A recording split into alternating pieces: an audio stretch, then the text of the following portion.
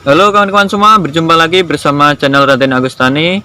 Untuk video kali ini saya akan mereview sebuah alat pertanian. Ini bernama EM4. EM4 yang ini untuk pertanian dan yang ini ada untuk perikanan. Karena setahu saya itu ada 4 jenis EM4. Ada untuk perikanan, pertanian, peternakan, dan juga untuk limbah. Tapi kali ini saya akan mereview yang E4 pertanian, bagaimana cara penggunaannya dan manfaatnya seperti apa. Tapi sebelumnya jangan lupa buat kawan-kawan untuk selalu dukung saya dengan cara like dan subscribe, biar kawan gak ketinggalan info yang bermanfaat dari saya. Nah teman-teman, jadi ini adalah yang disebut dengan E4 pertanian. Mungkin dari sebagian teman-teman yang sudah bergelut di dunia pertanian, peternakan ataupun perikanan sudah tidak asing dengan yang namanya E4. Cuma untuk teman-teman mungkin yang masih awam kan juga belum tahu apa itu sih E4. Nah, jadi E4 atau disebut dengan efektif mikroorganisme 4 adalah sejenis bakteri baik yang berguna untuk menyuburkan tanaman ataupun menyuburkan tanah untuk memperbaiki sifat-sifat tanah. Di sini tertulis bakteri fermentasi bahan organik tanah menyuburkan tanaman dan menyehatkan tanah. Kalau di sini harganya itu di Kota Pati, Jawa Tengah, antara 20.000 sama juga ada yang 22.000. Nah, jadi di sini dijelaskan dari E4 mengandung bakteri fermentasi dari genus Lactobacillus dan Saccharomyces, mampu memfermentasi bahan organik di dalam tanah menjadi unsur-unsur organik, meningkatkan kesuburan tanah dan produktivitas tanaman. E4 juga mengandung bakteri penambat N dan bakteri pelarut P, penghasil fitohormon serta perombak bahan organik. E4 sangat cocok untuk tanaman perkebunan, hortikultura, padi palawija karena sifatnya yang tidak beracun dan tidak menimbulkan pencemaran. Jadi E4 itu sebuah bakteri yang baik. Kenapa disebut bakteri baik? Karena ini tidak istilahnya tidak bakteri yang merugikan atau patogen, seperti halnya minuman-minuman Yakult itu kan bakteri, cuma bakteri yang baik untuk bisa dikonsumsi oleh manusia. Nah, sedangkan E4 ini adalah bakteri baik yang bisa menyuburkan tanaman maupun tanah. Biasanya digunakan untuk memfermentasi pupuk organik, jadi bisa pupuk organik cair maupun pupuk organik padat.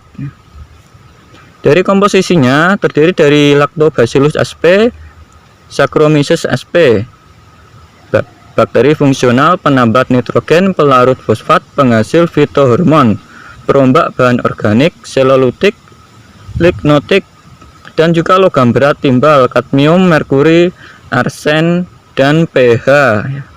Di sini tertulis kegunaan memperbaiki sifat fisik, kimia, biologi tanah, meningkatkan produksi tanaman dan menjaga kestabilan produksi, memfermentasi, mendekomposisi bahan organik tanah dengan cepat atau bokasi, menyediakan unsur hara yang dibutuhkan tanaman, menyehatkan tanaman. Kandungan mikroba bisa terjadi perubahan tergantung kondisi penyimpanan produk. Jadi penyimpanannya jangan ditaruh di tempat yang panas ya, jangan terlalu terkena panas sinar matahari. Seperti itu. Di sini juga tertulis untuk pembuatan pupuk bokasi padat, pembuatan pupuk bokasi cair, bisa untuk tanaman, jenis tanaman, bunga, sayur-sayuran, tanaman pangan, tanaman perkebunan maupun buah-buahan. Ini kemasan 1 liter. Jadi seperti itu. Dan juga ini bisa langsung kita semprotkan pada tanah ataupun pada tanaman. Kalau saya menggunakan perbandingannya itu 1 tutup untuk 1 liter. Nanti kita akan praktekkan penyemprotannya seperti apa. Tetap ikuti video dari kami ya. Di sini kita akan pakai dosisnya ini 1 tutup per 1 liter air. Nah, di ember ini adalah 9 liter karena kita sudah ukur menggunakan botol air mineral. Jadi kita butuh 9 tutup botol E4 ini.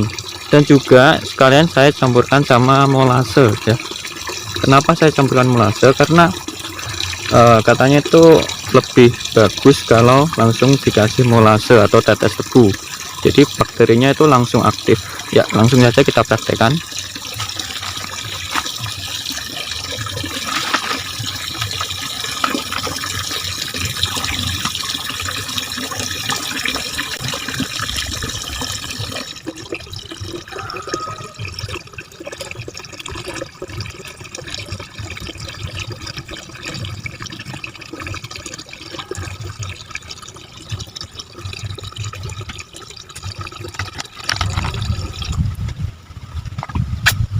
Untuk tetes tebunya kira-kira secukupnya saja.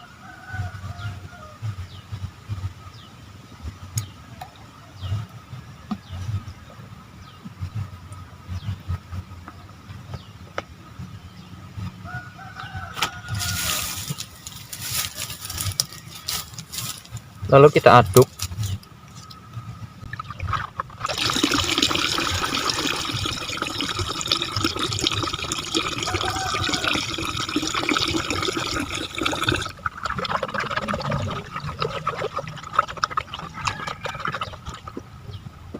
Oke, tinggal kita semprotkan. Ini kita semprotkan pada bagian tanah atau bawah pohon-pohon.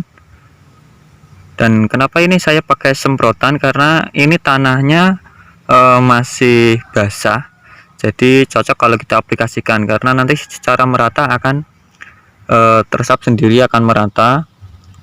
Sebaiknya emang seharusnya pas waktu tanah basah. Jadi kalau kering nanti akan mungkin agak lebih sulit untuk pemrosesannya. Jadi pas kalau basah, karena ini habis pengairan, ini cocok langsung kita aplikasikan.